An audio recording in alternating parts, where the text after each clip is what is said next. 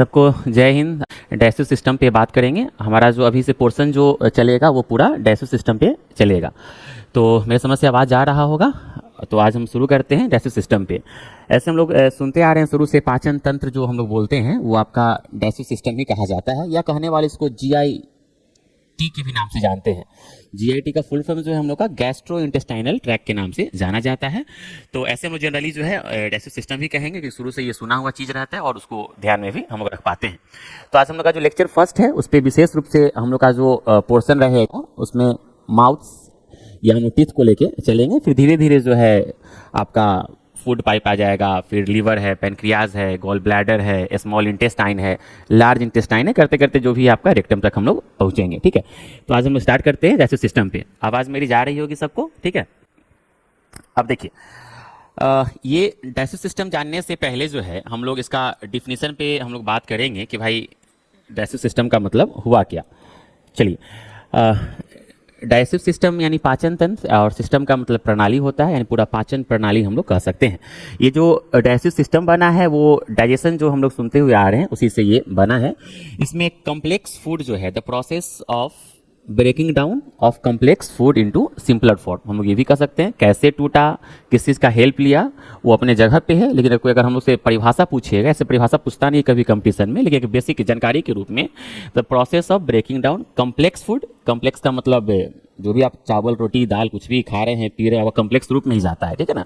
वो टूट के यानी सिंपलर फॉर्म में जो टूटता है, ये पूरा प्रक्रिया को, ये पूरा प्रोसेस को जो है हम लोग डाइजेस्टिव सिस्टम के नाम से जानते हैं। देखिए, ऐसा में उसको डाइजेशन कहेंगे। सिस्टम में आपका जो है सब कुछ आ जाता है, तो सिस्टम ना कहें, डाइजेशन कहें तो ज़्यादा अच्छा है। आइए नेक्स्ट देखिए, इसका हम लोग एक ओवरऑल जो है जनरल फंक्शन क्या है। देखिए, जीआईटी आपका आ गया ना, हम लोग डाइजेस्टिव सिस्टम बोलें या जीआईटी बोलें, बात आपका एक ही है। अब आइए, सबसे पहला जो स्टेप होता है हम लोग का, वो डिफिनेशन अपने जगह पे है कि भाई डाइजेशन क्या है, नहीं वो हम लोग जान गए, ठीक है ना। इसका पहला जो स्टेप है इंजेशन है। ध्यान दीजिएगा, एक होता है इंजेशन, आई से होता है, एक आपका ई से होता है। तो हम लोग यहाँ पे जो बात कर रहे हैं वो इंजेशन का बात कर रहे हैं, आगे आई एन लगा हुआ है। इसका मतलब हुआ, इंजेशन का मतलब समझिए ना, इनटेक ऑफ फूड। अब क्या कह सकते हैं, इनटेक ऑफ फूड, यानी भोजन जो आप लेते हैं, ठीक है ना, तो वो आपका क्या हुआ, इंजेशन ही कहलाता है। इंजेशन क्या है या इनटेक क्या है, बात एक ही है। देखिए, ये कैसे लीजिएगा, वाया का मतलब हुआ माध्यम क्या है आपका, वो माउथ है, ठीक है। अब इसके बाद जो हम लोग का है, जैसे ही वो भोजन जो है हमारे माउथ के द्वारा जब गया है तो मैकेनिकल ब्रेकडाउन में चला जाएगा, ठीक है ना, ब्रेकडाउन ऑफ फूड। तो ब्रेकडाउन कैसे होगा, तो हम लोग का जो टीथ है ना, उसके माध्यम से हम लोग इस पे इसका ब्रेकडाउन करते हैं। जैसे ही भोजन आपका टूट चुका है, उसके बाद जो है हम लोग का, देखिए, एक नया टर्म आया है प्रोपल्सन, PROPULSION। स्पेलिंग पे भी ध्यान देना चाहिए, ठीक है ना। ऐसा नहीं कि भाई कंपटीशन है तो चलो ठीक ही तो मारना है, लेकिन कहीं कहीं स्पेलिंग आप थ्योरेटिकल जाते हैं तो स्पेलिंग पे भी हम लोग को ध्यान देना है। इसका मतलब क्या होता है, जनरली जो हम आप सुना करते हैं, इस वर्ड को हम लोग सुनते हैं स्वेलोइंग, मतलब निगलना घुटना, जो भी हम लोग अपने कॉमन भाषा में बोलते हैं, बिहारी भाषा में जो बोलते हैं वो निगलना जो हम लोग कहते हैं। लेकिन ऐसे अगर बोले मेडिकल टर्म में अगर हम लोग बात करें तो प्रोपल्सन कहलाता है, ठीक है। चौथा जो है, जब ये आप, हाँ क्या, उसके बाद जैसे ही ये जाएगा तो किस में जाएगा, एसोफेगस। एसोफेगस का जो है ना, जिसको हम आहार नाल के नाम से जानते हैं हिंदी में, उसको बोलने वाला फूड पाइप भी बोलता है, बोलने वाला जो है गुलेट के भी नाम से जानता है। ऐसे जनरली जो है एसोफेगस और एसोफेगस दोनों चलता है। कभी आप ओ को ऐड भी कर सकते हैं, कभी आप ओ को जो है एक्सक्लूड भी कर सकते हैं। तो उसके बाद हम लोग का जो है केमिकल डाइजेशन में आता है। देखिए, केमिकल डाइजेशन तो आप जैसे ही आपका भोजन मुंह में गया है, तो जो हम लोग सलाइवा का जो नाम लिए हैं, ये सारा क्या है आपका, वही है ना, केमिकल डाइजेशन में ही वो हेल्प करता है। अगर ये नहीं रहेगा, इसके ज़्यादा होने से, कम होने से भी जो बीमारी हम लोग देखेंगे समझेंगे, जो अप्लाइड फिजियोलॉजी में पढ़ेंगे उस पर हम लोग बात करेंगे, ठीक है ना। जीभ का बड़ा होना, जीभ का छोटा होना, तो सब हम लोग बात करेंगे, ठीक है ना। तो केमिकल डाइजेशन में क्या हो जाएगा आपका, मॉलिक्यूलर ब्रेकडाउन, किसके द्वारा भाई, तो वाया इंजाइम, ठीक है। इंजाइम क्या है, हम जब ब्लड भी पढ़ रहे थे तो हम इंजाइम पे बात किए थे कि भाई ये बायोलॉजिकल कैटालिस्ट होता है, ठीक है ना। यानी हमारे शरीर में जो भी चीज़ आप इसमें भोजन कर रहे हैं, तो खाने से लेके पचाने तक जो भी काम होता है वो कहीं ना कहीं क्या है, इंजाइम का इसमें योगदान होता है। और साथ ही साथ कुछ ऐसा एसिड भी है जो इस पे अपना वर्क डाउन करता है। आइए, ये कॉमन एसिड है जो हम लोग अभी बात करेंगे, आप नाम सुने होंगे शायद, हाइड्रोक्लोरिक एसिड वगैरह का, वो सब पे भी हम लोग बात करेंगे। फिर आगे जो हम लोग देख रहे थे, जब वो भोजन पूरा टूट चुका है, मैकेनिकली केमिकली सब के माध्यम से जब भोजन आपका क्या है पूरा सिंपलर फॉर्म में हो चुका है, तो शरीर जो है जो उसको चाहिए वो क्या करेगा, वो उसको सेक्रेट कर देगा, सेक्रेशन कर लेगा, ठीक है ना। तो म्यूकस है, बाइल है, ठीक है ना। बाइल कहाँ से रिलीज होता है, ये सारा चीज जो है हम लोग वहाँ पे बात करेंगे। बाइल जब आएगा तो फिर बाइल पिगमेंट का बात करना पड़ेगा, बाइल जूस सब पे बात हम लोग करेंगे, ठीक है ना। एब्जॉर्प्शन फिर होगा जब वो सेक्रेट कर चुका है, ठीक है ना, सेक्रेशन हो चुका है, उसका फिर क्या करेगा, वो एब्जॉर्ब करेगा। एब्जॉर्ब का मतलब उसको एक तरह से पचाना या जो भी है ना। फिर उसके बाद जो शरीर को ऐसा लगता है कि नहीं भाई हमारे क्या है, ये हमारे शरीर को हानि करेगा या हमारे शरीर के लायक नहीं है, तो क्या करेगा, एक्सक्रीट कर देता है ना, बाहर निकाल देता है। तो एक ये हम लोग ये पूरा जो है जनरल फंक्शन ऑफ जीआईटी देखे हैं, ठीक है ना। इसमें 2-3 राइटर का बुक पढ़िएगा तो कहीं 2 ज्यादा दे सकता है, 2 कम दे सकता है, लेकिन इससे इतना सब में आपको देखना ही है, ठीक है ना।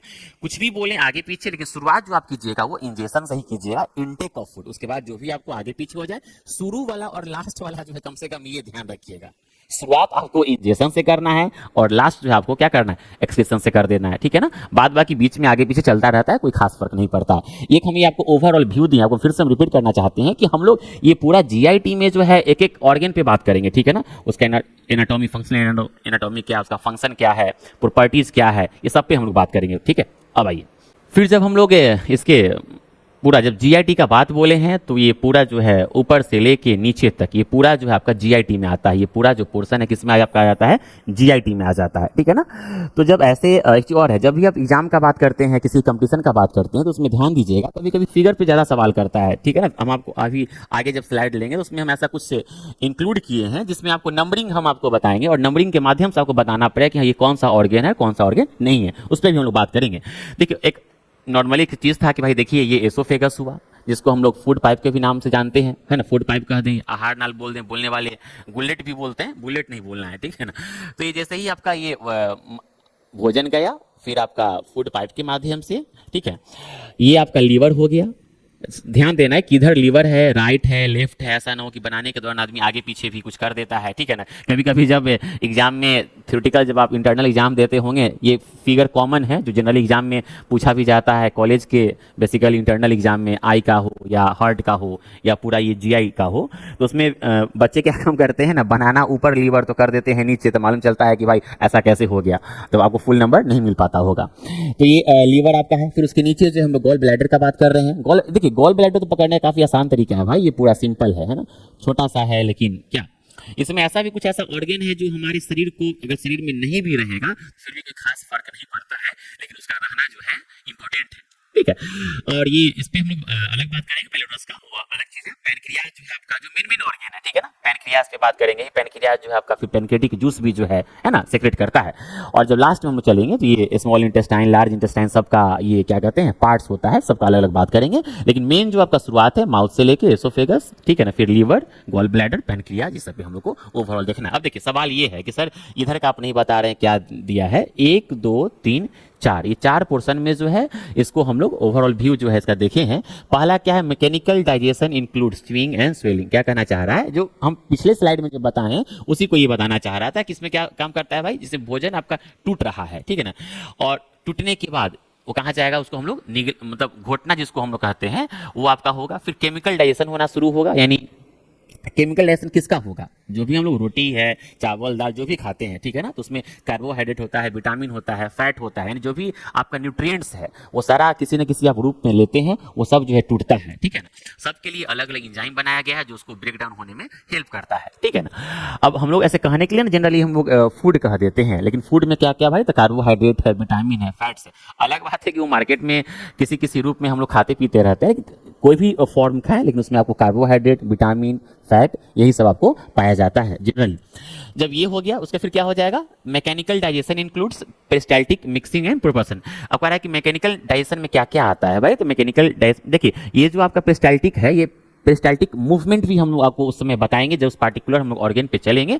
तो ये वही चीज बताया है जो हम लोग पिछले स्लाइड में हम लोग देखे थे। अंतर यही है कि मैकेनिकल जो डाइजेशन है उसका काम जो है फूड पाइप की आपका ऊपर है, यानी माउस में जो हुआ चबाया हुआ है उसमें ये सारा काम वो कर लेता है। तो इस पर लोग विशेष बातचीत नहीं करेंगे, एक ऐसे एक फोटो के माध्यम से आपको बताना चाह रहे थे कि हाँ फूड पाइप कैसा होता है, फिर आपका लीवर कैसा होता है, गॉल ब्लैडर कैसा होता है, ये बताने का मकसद यही था हमारा। अब आइए फिर हम लोग आगे चलते हैं। देखिए जब हम लोग देखिए जब माउथ का बात कर रहे हैं तो इसमें टंग आ जाएगा, फिर टीथ आएगा, है ना। तो टंग का जो हम लोग विशेष इसका यहाँ पे बात नहीं करेंगे, वो टंग जो आँख कान नाक जीभ जो होगा, जब हम लोग 5 सेंस ऑर्गन पे बात करेंगे तो उसमें भी हम लोग को ये देखना है। तो टंग पे हम लोग विशेष बात नहीं करेंगे, लेकिन टीथ वगैरह पे जो है हम लोग डिटेल में अध्ययन करेंगे। तो देखिए जब माउथ आपका हो गया, उसका फिर क्या है, फेरिंग्स है, ठीक है ना। फिर आपका ये ओसोफेगस है, तो उसका लंबाई जो है आपका 25 सेंटीमीटर लॉन्ग होता है, ठीक है ना। जैसा अगर आवाज जा रहा हो तो अच्छी बात है, अगर ऐसा कुछ कम जा रहा हो तो उस पर भी आप बता सकते हैं। तो इसका लंबाई देखिए, कंपटीशन में आपको ये सब पूछेगा कितना उसका लेंथ होता है, ऑप्शन दे देगा 25, 30, 28 जो भी उसको देना होगा। तो याद रखिएगा कि ओसोफेगस या फूड पाइप का जो लंबाई है आपका ये 25 सेंटीमीटर है। अब आइए, ये आपका कॉमन है, ठीक है ना, हम लोग बचपन से भी पढ़ते आ रहे हैं और ये आपको हमेशा मिलेगा शुरू से लेकर लास्ट तक। अब देखिए मेन ये स्टमक आता है, स्मॉल इंटेस्टाइन, आपको जो बोले थे ना स्मॉल इंटेस्टाइन लार्ज इंटेस्टाइन का जो है बहुत सारा पार्ट्स आता है, उस पर बात करेंगे। तो क्या क्या आपका आ जाएगा स्मॉल इंटेस्टाइन में, ड्यूडेनम है, जिजनम है, इलियम है। आज हम आपको ओवरऑल व्यू देंगे पूरा, ठीक है ना। उसके बाद फिर हम एक एक ऑर्गन को हम लोग पकड़ेंगे, इस पे बात करेंगे। फिर लार्ज इंटेस्टाइन पे आ जाएंगे। देखिए इसका एक पकड़ने का तरीका भी है, सबके लास्ट में लगभग जो है ना लार्ज इंटेस्टाइन का जो भी पार्ट्स होगा उसमें कोलोन जो है आपका लास्ट में लगा होगा, इसे गौर करते होंगे। जनरली जो बच्चे शुरू से पढ़े होंगे इतना तो नाम जानते ही होंगे, transverse colon, descending colon, sigmoid colon और रेक्टम और एनस। तो ये जो होता है ना कि कंफ्यूजन हो जाता है कि स्मॉल इंटेस्टाइन का कौन सा पार्ट्स है, लार्ज इंटेस्टाइन का कौन सा पार्ट्स है। तो इसमें याद रखिएगा ट्रांसवर्स कोलोन, डिसेंडिंग कोलोन और सिग्मोइड कोलोन है, बहुत सारा अपेंडिक्स वगैरह पे भी बात करना है, लेकिन हम लोग को जो ये 3-4 पेज जो है ना, असेंडिंग कोलोन, असेंडिंग से आपका डिसेंडिंग याद रहेगा, फिर ट्रांसवर्स है, सिग्मोइड ये हल्का सा अलग पड़ जाता है, लेकिन असेंडिंग डिसेंडिंग तो आपका ये कॉमन है, याद रहेगा ही। 2-3 स्लाइड हम लोग का पहले भी हो चुका है, अभी हम लोग यहाँ पे देख रहे हैं। फिर ये आपका मेन में आ गया, ठीक है ना। उसके बाद जो है आपका वो एसेसरी का मतलब हुआ ना कि सप्लीमेंट्री कह सकते हैं, कि मेन आपका ये रहता है, उसके बाद इसके बिना भी जो है काम नहीं चलेगा। तो उसमें क्या क्या है आपका एसेसरी में, टीथ हो गया, टंग है, फिर सलेवरी ग्लैंड्स है, ग्लैंड्स का मतलब ग्रंथि होता है, ठीक है ना। तो सलेवरी ग्लैंड्स पे जब हम बात करेंगे तो वो फिर सलाइवा पे आएंगे, सलाइवा का कंपोजिशन देखेंगे। तो उसमें आपका ग्लैंड्स में जो है पैरोटिड ग्लैंड आता है, सब लिंगुअल आता है और सब मैंडिबुलर आता है। अब हम शुरुआत जो करते हैं टीथ पे हम लोग शुरू करते हैं, ठीक है ना। चलिए ठीक, आइए देखिए, जब नेक्स्ट स्लाइड को हम लोग ले लें, अगर नेक्स्ट स्लाइड टीथ पे होगा तो अच्छी बात है। चलिए ठीक है, वो ये जो आपका है ना, जो पूरा जो स्टमक का बात करेंगे ना, तो उसको पोर्शन में बांटा गया है, 9 पार्ट्स में बांटा गया है। तो उसको हम लोग बेसिकली किसी डॉक्टर को देखते होंगे ना, जब कुछ परेशानी होगा तो पूछिएगा उससे, तो बोले कहाँ दर्द है, यहाँ दर्द है, फिर हाँ पैल्पेट करता है तो उसको समझ जाता है कि भाई यही 9 जो है वो पार्ट्स को देखता है। ऐसे करके आप कर दीजिएगा ना, तो इसमें आपका ऑलरेडी बन जाता है, 1 हो गया, 2 हो गया, 3 हो गया। तो ये सब पे नाम है। उससे पहले हम लोग जो है टीथ पे हम लोग बात करते हैं। आइए देखिए, ऐसे हम लोग जनरली नाम जो है परमानेंट टीथ तो हम लोग सब लोग जानते हैं, और उसके पहले जो है मिल्क टीथ, जिसको हम लोग बचपन में है दूध का दांत हम लोग बोलते हैं, दूधिया दांत बोलते हैं, ठीक है ना। मिल्क टीथ बोलने वाला जो है डेसिडियस टीथ भी कहता है, डेसिडियस, ठीक है ना। लेकिन जनरली आदमी जो है ना मिल्क टीथ कहता है, या बोलने वाला फिर टेम्पोररी टीथ भी कहता है। टेम्पोररी और परमानेंट, जब भी हम लोग ही जो इस एज तक पहुंचते हैं सबसे पहले जो है किसी भी व्यक्ति को टेम्पोररी टीथ आता है, जिसको एक और क्या नाम बोल दीजिएगा, टेम्पोररी टीथ आप इसको बोल सकते हैं। टेम्पोररी टीथ हो गया, या बोलने वाला क्या बोलता है, डेसिडियस भी कहता है, DUOUS। लेकिन जनरली जो है ना ये सब काम नाम नहीं, ये टेम्पोररी और मिल्क पे ही हम लोग का काम चल जाता है। और लास्ट जो है हम लोग क्या आता है, परमानेंट आता है। एक एक करके जो है हम लोग सब पे बात करेंगे, और ज़्यादा दांत होना, कम दांत होना, ये सब एक बार पेपर में आया था, क्या पता आप लोग पेपर पढ़ने देखे होंगे। एक व्यक्ति को 250 दांत हो गया था, जो हार्ड पैलेट सॉफ्ट पैलेट जो होता है सब पे था। जो हार्ड पैलेट में तो ऊपर वाला हो गया, हाँ सॉफ्ट वाला जो है तो उसमें हर जगह दांत उसका था, देख हाँ एक्सेप्शनल हो गया। तो कुदरत का खेल है, कुछ भी हो सकता है, ठीक है ना। अब देखिए पहले इसको हम लोग पूरा डिटेल में हम लोग देखते हैं एक करके, ठीक है। पूरा मुंह को जो हम लोग 4 भाग में बांट देते हैं, ठीक है ना। देखिए तो ये जो कहेगा सर कैसे हम लोग लेंगे, तो हम लोग का ऐसे हम प्रैक्टिकली बताना चाह रहे हैं। ये जो हम लोग कैसे करेंगे ना, जो चौड़ा जो फ्लैट जो दांत है उसके सेंटर से हम लोग ले लेते हैं, ठीक है ना। इसको हो गया इधर 1 2 3 4 और क्या हो गया फिर 5 हो गया, ठीक है ना। राइट लेफ्ट समझ जाइएगा कैसे है ना। मानिए ये आपका फर्स्ट क्वाड्रेंट हो गया, ये क्या हो गया आपका सेकेंड हो गया, ये फिर क्या हो गया आपका थर्ड हो गया, ये फिर क्या हो गया आपका 4 हो गया, ठीक है। 1 2 3 4 5, या कहने वाला जो है इसको ABCD और E भी कहता है। वो हर बुक अपने अपने ढंग से इसको दिखाते हैं। सेम चीज इधर हो जाएगा, 1 2 3 4 और फिर क्या हो जाएगा 5 हो जाएगा। सेम नीचे भी लिखिए 1 2 3 4 और फिर क्या कीजिएगा 5। फिर इधर भी कर दीजिए 1 2 3 4 और 5। ऐसे हम लोग बोलते हैं ना कि बच्चा वाला जो दांत होता है टोटल कितना होता है 20 होता है ना। और फिर डायरेक्ट 32 नहीं आता है, परमानेंट का मतलब हम लोग 32 समझते हैं, उसके बीच में जो है 28 आता है, 20, 28 और फिर आपका 32 होता है, ठीक है ना। अब कैसे कैसे क्या सब पे हम डिटेल आज बात करेंगे, इसको तो आज पूरा फाइनल हम लोग को करना ही है। देखिए अब सवाल है किस दांत को किस नाम से जाना जाता है, इसमें किस दांत कहते हैं, कौन से नंबर को किस नाम से जाना जाता है, इसके अलावा परमानेंट टीथ में जो है कौन सा आपका दांत जो है आपका वो इंक्लूड होता है। अच्छा ठीक है, आप लोगों को मेरी आवाज़ जा ही रही हो, कोई दिक्कत ऐसा नहीं है, ठीक है ना। तो हम लोग क्या बात करना चाह रहे थे, ये जो आपका 1 जो नंबर हम लोग बोल रहे हैं, 1 को हम लोग या ए को इंसाइजर के नाम से जानते हैं, आई, ठीक है ना, इंसाइजर शॉर्ट में हम लोग बोले हैं। 2 नंबर जो है, देखिए अब इंसाइजर में भी क्या एक सेंट्रल होता है, एक लेटरल होता है, समझिएगा बात को, सेंट्रल इंसाइजर एक लेटरल इंसाइजर, ठीक है। सेंट्रल का मतलब जो आपका ये, ठीक है ना, उसके बगल वाला जो क्या हुआ आपका वो लेटरल हो गया, लेटरल का मतलब ही होता है साइड वाला, ऐसे याद, ठीक है ना। तो 1 क्या हो गया आपका ये सी आई, सपोज कीजिए क्या सी आई कह देते हैं, बी क्या हो गया आपका L I, central incisor lateral incisor हो गया। तो अब आइए हम लोग ये जो 2 लिख दिए हैं, है ना, इसको मिटा देते हैं, रुक जाइए, ये समझने के लिए हम लोग लिख दिए थे, ठीक है। सेंट्रल इंसाइजर लेटरल इंसाइजर, ये जो आपका सी नंबर जो क्या हो जाएगा आपका वो केनाइन हो जाएगा। केनाइन का मतलब समझिए, जो नुकीला होता है ना, जो भी जंगली जो होता है ना, जंगली जो जीव जंतु होते हैं, लायन टाइगर जो हम जनरली लेते हैं, उनका यही दांत काम करता है, केनाइन है, चीर फाड़ करने का, तो टीयरिंग का काम जो है इसी को, ऐसे हम लोग को कुछ फाड़ना होता होगा जनरली, तो हम लोग इसी दांत पे जाते हैं, ऑटोमेटिक चला जाता है, ठीक है ना। तो सेंट्रल इंसाइजर हो गया आपका, लेटरल इंसाइजर हो गया, ये केनाइन हो गया। अब सवाल आता है किसका, यानी 1, 2, 3, 4 और 5 का, तो ये क्या हो गया आपका वो मोलर 1 और फिर क्या हो गया आपका मोलर, ठीक है ना। अब समझिए central incisor lateral incisor canine molar 1 और मोलर 2, तो सेम चीज इधर भी होगा, इधर भी वही हो जाएगा, central incisor lateral incisor canine, फिर क्या हो जाएगा मोलर 1 और मोलर 2। लोगों को समझ में नहीं आता है कि हाँ क्या है, नहीं किसी डॉक्टर के पास आप जा रहे हैं दिखाने के लिए, कभी गौर कीजिएगा, अब डॉक्टर आपसे क्या काम करेगा भाई, ऐसे प्लस कर देता है जनरली, अगर आप लोग कभी दांत के डॉक्टर के पास गए होंगे, और थोड़ा सा हम इस विभाग से भी जुड़े हुए हैं तो हम आपको अच्छा से समझा सकते हैं, ठीक है ना, आप इसी को भी समझिए, हिंट्स आपको हम किए हैं। तो क्या काम करता है, कर देगा 2 नंबर, कहेगा कि जाओ एक्सरे करवा के आओ, है ना, जागरूकता भी काफी जरूरी है आज की डेट में पढ़ाई के साथ साथ। तो आपको क्या लगना चलिए 1, 2, 3, 4 क्या कोडिंग मार दिया है, कोई क्या काम करेगा 2 के जगह पे क्या करेगा वो बी भी लिख सकता है ना। तो अब तो आप जान गए हैं कि हाँ वो एज आप समझ जाइएगा कि भाई वो जो किस एज का वो बच्चा है, ठीक है ना, ठीक है ना, वो किस कलर का जो है वो किस एज का वो बच्चा है, ठीक है। अब तो ये कलर सही होगा, अब दिखाई देता होगा, ठीक है ना, चमक रहा था सर, ठीक है। तो अगर ये 2 लिखा गया तो इसका मतलब ये हुआ, अगर वो क्या है बच्चा है, मतलब बच्चा का मतलब क्या, जब उसका परमानेंट टीथ नहीं आया, वो तो देखने का चीज है, तो इसका मतलब ये हुआ कि वो क्या है सेंट्रल इंसाइजर या लेटरल इंसाइजर, इंसाइजर तो है, लेटरल इंसाइजर है, आप वो भी जान गए। अब आइए टोटल तो 20 का हम आपको हिसाब दे दिए, सेंट्रल लेटरल केनाइन मोलर 1 और मोलर 2। अब आइए हम लोग बात करते हैं, इसी को बदल देते हैं, क्या 28 में बदलेंगे और फिर हम लोग क्या काम करेंगे 32 में बदलेंगे, ठीक है ना।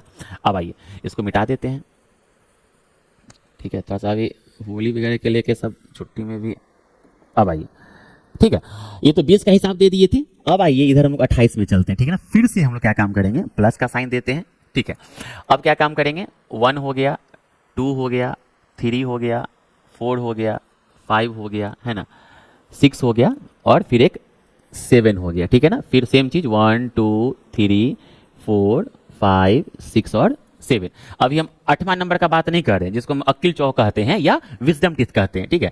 फिर 1 हो गया, 2 हो गया, 3 हो गया, 4 हो गया, 5 हो गया, 6 हो गया, 7 और 8 का तो बात नहीं करना है, उसको हम मिटा देते हैं, 1, 2, 3, 4, 5, 6 और 7, ठीक है। ओहो सॉरी, ये तो बैक वाला नहीं आ पाएगा, बैक वाला नहीं है, क्लीन हो गया ना। अच्छा कोई बात नहीं है, हम लोग इसको 28 पे फिर से बात कर लेते हैं, ठीक है ना। 1 था ना, 2, 3, 4, 5, 6 और 7 सेम चीज है ना, और 4 क्वाड्रेंट में नहीं भी लिखेंगे फिर भी कोई खास फर्क नहीं पड़ता है। चलिए हो गया यहाँ तक। देखिए टेम्पोररी में क्या देखे थे, ये क्या था आपका सेंट्रल इंसाइजर था, गौर कीजिएगा, फिर ये लेटरल इंसाइजर था, फिर ये क्या था आपका केनाइन था। अब समझिए बात को, केनाइन के बाद हम क्या काम किए थे, मोलर 1 और मोलर 2 किए थे। तो समझिए, तो ये 4, 5 हम लोग का क्या था वहां पे, मोलर 1 और मोलर 2 था, लेकिन यहाँ पे क्या हो जाएगा, ये जो चौथा और जो 5वां आया वो क्या ले लेगा, प्री मोलर 1 और प्री मोलर क्या 2 हो गया। ये क्या हो गया आपका मोलर 1 और फिर क्या हो गया आपका वो ये मोलर 2 हो गया। कन्वर्ट रिप्लेस हो जाता है उसके जगह पे, ठीक है। बस यही समझना है, यही समझ में आता। अभी बताने पे क्या होता है, सब कुछ तो जान ही रहे हैं, लेकिन ये चीज बहुत लोग कम जानते हैं। अलग बात है उसके बारे में डिटेल पढ़ने पे आप सब कुछ जान सकते हैं। तो ये प्री मोलर 1 और फिर क्या हुआ आपका वो प्री मोलर 2 हो गया। नाम ही पड़ा है प्री मोलर, यानी मोलर के पहले, है ना। प्री का मतलब कभी भी लगेगा तो पहले को ही दिखाता है। आप समझिए बात को। तो सेम चीज आपका यहाँ भी हो जाएगा।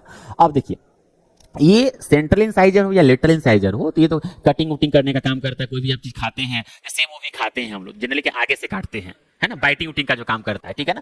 केनाइन का काम है वो चीर फाड़ करना, टियरिंग, वो हम लोग ऐसे ही नॉर्मल ये लोकल भाषा में चीर फाड़ बोल रहे हैं, टियरिंग। अब देखिए प्री मोलर हुआ या मोलर हुआ, ये दोनों का लगभग सेम काम है, ठीक है ना। ग्राइंडिंग जिसको बोलते हैं, ग्राइंडिंग करने से मिक्सी कैसे होता है ना, वो पूरा जो पिस्ता जो है, तो ये प्री मोलर 1 और मोलर 2 ये सब कुछ मिलजुल के काम ही करता है। अब सवाल क्या है देखिए, अब ये तो हो गया 28 का सवाल हो जाएगा ना, 20 का जवाब दिए, अब हम क्या काम कर रहे हैं 28 का जवाब दे रहे हैं। अब जो हम लोग को बात करना है वो 32 पे बात करना है। तो 32 में क्या होगा, ये जहां सतमा है ना उसके आगे 8वां लगेगा, 8 लगेगा। सेम चीज इधर भी कर देते हैं, है ना। सेम चीज जो है हम लोग इधर भी कर देते हैं, 5 6 7 8। इसी में मेन समझना है, दाथी वाला मेन समझना है, इसमें 30 32 का बात है। बाद बाकी क्या है सब में वो सब में पार्टिकुलर पढ़ाते चले जाएंगे, समझ में आ जाएगा। मेन इसको आज क्लियर कर दें ताकि 5 हो गया, 6 हो गया, 7 हो गया, फिर क्या हो गया 8 हो गया। और देखने से लग रहा है 8 16 24 और 32, है ना। 8 चौका 32 आपका हो गया। अब देखिए ये जो मोलर जो 8वां नंबर वो क्या है आपका मोलर 3 है। ये क्या है आपका भाई मोलर 3 है। ये क्या है आपका भाई मोलर 3 है ना, मोलर 3। अब देखिए सवाल क्या होता है, इसमें कुछ बताना शुरू कर रहे हैं। इसी को कहा जाता है क्या विस्डम टीथ कहा जाता है। क्या कहा जाता है, हाँ अक्ल चौ, है ना। किसी किसी को आने के बाद भी ऐसा बात सोचिए कि आ गया तो मानिए बुद्धि हो ही गया, ये सिर्फ कहने के लिए नाम पड़ गया है। अब इसका क्या है देखिए, जब डॉक्टर के पास जाइएगा, पहला तो सवाल ये है कि सबको पूरा पूरी 32 दांत होता नहीं है, ये आप जान जाइए। 32 दांत सबको होता भी नहीं है, और रेयर केस में है कि किसी का 30 तक होकर रुक जाता है, ऊपर वाला 2 आया तो नीचे 2 नहीं आया, किसी का 3 आया तो नहीं आया। अब सवाल क्या होता है, 8वां जो ये दांत है जब इसमें निकलना शुरू होता है तो बहुत दर्द होता है। पहला सवाल बहुत बाप बाप कर लीजिएगा। हाँ हाँ हाँ, जो हम लोग जिस एज से हम लोग गुजरते हैं उसी में मतलब पूरा आपको हालत खराब कर देगा, ऐसा कि आप मुंह खोल नहीं पाइएगा। एक चीज और पहचानने का तरीका है, आपका मुंह में जो पान गुटखा लोग खाते हैं, ठीक है ना, तो अगर ज्यादा आप ओरल कैंसर का, जब ये दांत का बात हो रहा है तो क्या ओरल कैंसर का हम लोग बात करें। ओरल का मतलब वही हुआ जिसको माउथ बोलते हैं ना, ओरल कैविटी बोले या बकल कैविटी बोले, सबका एक है, लेकिन ओरल कैविटी का मतलब है कि आपका माउथ का ही बात कर रहे हैं। तो ओरल कैंसर एक आप नाम सुने होंगे, ओरल कैंसर, है ना। ओरल कैंसर, इस पे सरकार काफी जो है जितना प्रकार का भी कैंसर है ना, जितना भी हर ऑर्गन में अपना अपना कैंसर होता है, जितना भी ऑर्गन है सब में वो कैंसर हो सकता है। हाँ ज्यादा है, यही हम ही बताना चाह रहे हैं। सबसे ज्यादा जो है विशेष रूप से बिहार जैसा जो विकसित राज्य है ना, वहां पे ओरल कैंसर का केस ज्यादा है, ठीक है ना। आइए अब सवाल ये है कि 8वां नंबर दांत जो है ये निकलने में काफी परेशानी होता है। कारण क्या है ना, सबसे अंतिम होता है, इसको जगह कम मिल पाता है। अब ये निकलता है तो क्या काम होता है, ये कभी कभी तिरछा हो जाता है। क्या होता है, तिरछा हो गया। कभी कभी पूरा मतलब क्या वो सो ही जाता है, ऐसे हो जाता है, हॉरिजॉन्टल हो जाता है। तो इस कंडीशन में क्या होगा, इसको जो है एक्सट्रैक्शन किया जाता है। क्या किया जाता है, एक्सट्रैक्शन किया जाता है। एक्सट्रैक्शन को शॉर्ट में हम लोग ऐसे भी लिख सकते हैं, ठीक है ना। एक्सट्रैक्शन कर दिया जाता है, यानी दांत को जो है क्या निकाल दिया जाता है। अब किसी के मन में सवाल आता है कि सर क्यों निकाला जाता है दांत, किसी के माइंड में ऐसा भी है ना अभी कि दांत निकालने से आंख का रोशनी चला जाता है, ऐसा लोग कहते हैं, ठीक है ना। अरे किसी का चला गया हो सकता, दूसरा भी कारण रहा होगा, ऐसा नहीं कि दांत निकालने से। अलग बात है कि सबका नस जुड़ा हुआ रहता है, नो डाउट, है ना। जो भी आँख है, नाक है, गला है, सबका जुड़ा हुआ रहता है, लेकिन रोशनी नहीं जाता है। साइंस और किताब नहीं कहता है, ठीक है ना। अंधविश्वास जो है, अल्सर जो है हम लोग जो माउथ अल्सर कहते हैं, अल्सर का मतलब होता है घाव, नॉर्मल भाषा में, है ना, घाव समझिए। या माउथ अल्सर का बात बोलते नहीं हम लोग, छाला उला जो नहीं होता, छाला जो पड़ जाता है, हाँ छाला जो पड़ जाता है, दोनों बचपन से होता है, लोग बोलते हैं कंस्टिपेशन के कारण ऐसा कुछ कब्जियत हो गया तो भाई आपका छाला पड़ता है। लेकिन देखिए अल्सर का बहुत सारा कारण है। जब हम लोग भी शुरू में जब स्टूडेंट लाइफ में जीते थे तो लगता था नहीं, सच बात खान पान सही से नहीं हो रहा है तो अल्सर हो जा रहा है। जब डिटेल पढ़ा गया तो ऐसा मालूम चला कि ज्यादा बोलने के कारण भी माउथ अल्सर होता है।